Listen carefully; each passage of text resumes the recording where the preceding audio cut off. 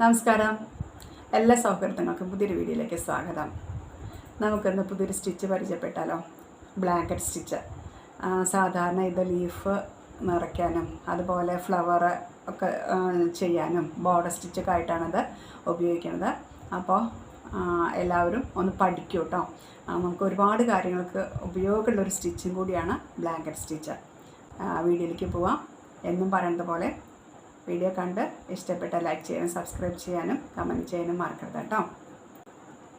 അപ്പോൾ വീഡിയോയിലേക്ക് പോവാം. ഞാനിവിടെ 6 നൂലാണ് എടുത്തിരിക്കുന്നത് കേട്ടോ. 2 സർക്കിൾ വരച്ചിട്ടുണ്ട്. ആദ്യത്തെ സർക്കിളിൽ നിന്ന് സൂചി നൂലും പുറത്തേക്ക് എടുത്തിട്ട് തൊട്ട് അപ്പുറത്തുള്ള സർക്കിളിലേക്ക് സൂചി കുത്തി ഇറക്കി. എന്നിട്ട് ഇനി സൂചി കുത്തി എടുക്കുന്നത് അതേ ചെറിയ സർക്കിൾ ഉണ്ടല്ലോ ആ നൂലിൻ്റെ അടുത്തായിട്ട് തന്നെ സൂചി കുത്തിയെടുക്കുകയാണ്.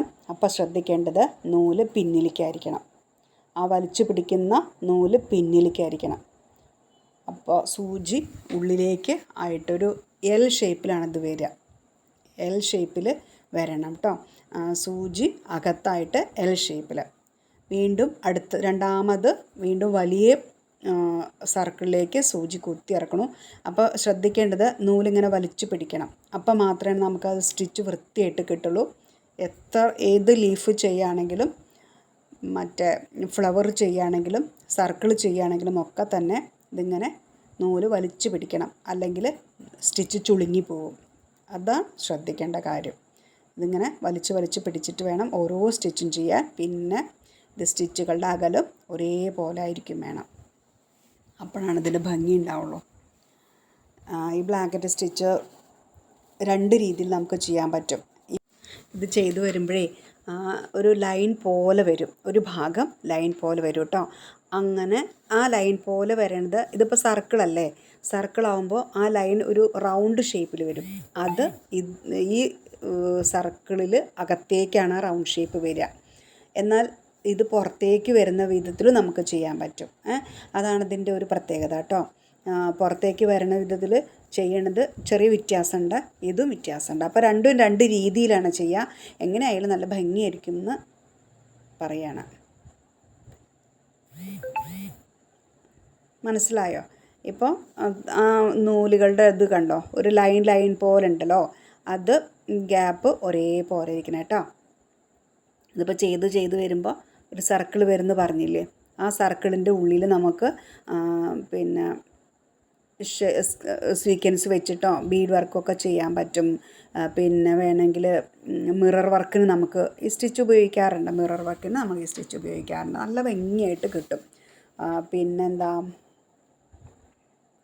ബേബി ഫ്രോക്കിൽ ഇത് ചെയ്യാറുണ്ട്. ഇനി ഉണ്ടല്ലോ, ഇങ്ങനെ ഗ്യാപ്പില്ലാതെ നമുക്ക് സ്റ്റിച്ച് അടുപ്പിച്ചിട്ട് വരുന്ന രീതിയിലും ഇത് ചെയ്തെടുക്കാൻ പറ്റും. അതും ഇങ്ങനെ തന്നെയാണ് ചെയ്യുന്നത്, കുറച്ചധികം സമയം എടുക്കുന്നേ ഉള്ളൂ. ഇനിയിപ്പോൾ ഇതുണ്ടല്ലോ, ചെറിയ ഡിസൈനുകൾ ഇങ്ങനെ ചെയ്യുക. സർക്കിൾ ചെറുതാക്കിയിട്ടോ സർക്കിൾ ഇത്തിരി കൂടി വലുതാക്കിയിട്ടോ ഒക്കെ അങ്ങനെ ഡിസൈൻ ചെയ്തിട്ട് ഒരു 8 10 ഒക്കെ ആയിട്ട് നമ്മുടെ നെക്കിൻ്റെ പോർഷനിലോ ഹാൻഡിലോ സാരിയുടെ മുന്താണിയിലൊക്കെ നമുക്കിത് ചെയ്തെടുക്കാൻ പറ്റും വിത്ത് ബീഡ്. ഇനി ഇത് ഷോളിൽ ചെയ്യാൻ പറ്റും. ഗ്യാപ്പ് ഇട്ടിട്ട് നമുക്ക് ഷോളിലും ചെയ്തെടുക്കാൻ പറ്റും. ഏത് രീതിയിലേക്ക് നമുക്കതിനെ ഡൈവേർട്ട് ചെയ്യാൻ പറ്റും കേട്ടോ. ഇനി ഇതിൻ്റെ കൂടെ വേറൊരു നൂല് ഉപയോഗിച്ചിട്ട് ഒരെണ്ണം കൂടി ചെയ്യുകയാണെങ്കിൽ നമുക്കതിൻ്റെ ഡബിൾ ബ്ലാങ്കറ്റ് സ്റ്റിച്ച് എന്ന് പറയും. അപ്പോൾ അത് ഏകദേശം കഴിഞ്ഞു, റൗണ്ടായിട്ടുണ്ട്. ഇനി ഇത് കെട്ടിടുമ്പോൾ അടിയിലേക്ക് ഒന്ന് നോക്കി നോക്കൂ. കണ്ടോ, ഒരേപോലെ വന്നിട്ടുണ്ട്. അപ്പോൾ അത് ഉറപ്പിച്ചു. ഇനി നമ്മൾക്ക് ഡബിൾ ബ്ലാങ്കറ്റ് സ്റ്റിച്ച് ചെയ്യാം. ഇത് 2 രീതിയിൽ നമുക്കിവിടെ ചെയ്യാൻ പറ്റും. എങ്ങനെയാണെന്ന് വെച്ചാൽ, ഒന്ന് സർക്കിളിൻ്റെ ഉള്ളിലേക്ക് സൂചി കുത്തിയെടുക്കാം, സർക്കിളിൻ്റെ പുറത്തേക്കും സൂചി കുത്തിയെടുക്കാം. ഞാൻ ഇപ്പോൾ സർക്കിളിൻ്റെ പുറത്തേക്കാണ് സൂചി കുത്തിയെടുക്കുന്നത്. കണ്ടോ, ഇങ്ങനെ പുറത്തേക്ക്. ഇനി അകത്തേക്ക് കുത്തിയെടുക്കുമ്പോൾ ആ സർക്കിളിൻ്റെ വലുപ്പം കുറയും ചെയ്യും.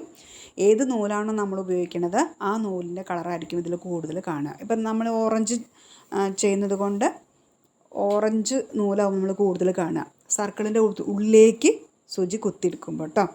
ഇപ്പം ഞാൻ സർക്കിളിൻ്റെ പുറത്തേക്കാണ് ഈ ഓറഞ്ച് വീണ്ടും ഒരു ബ്ലാങ്കറ്റ് സ്റ്റിച്ച് ഓറഞ്ചിൽ ചെയ്യണത്.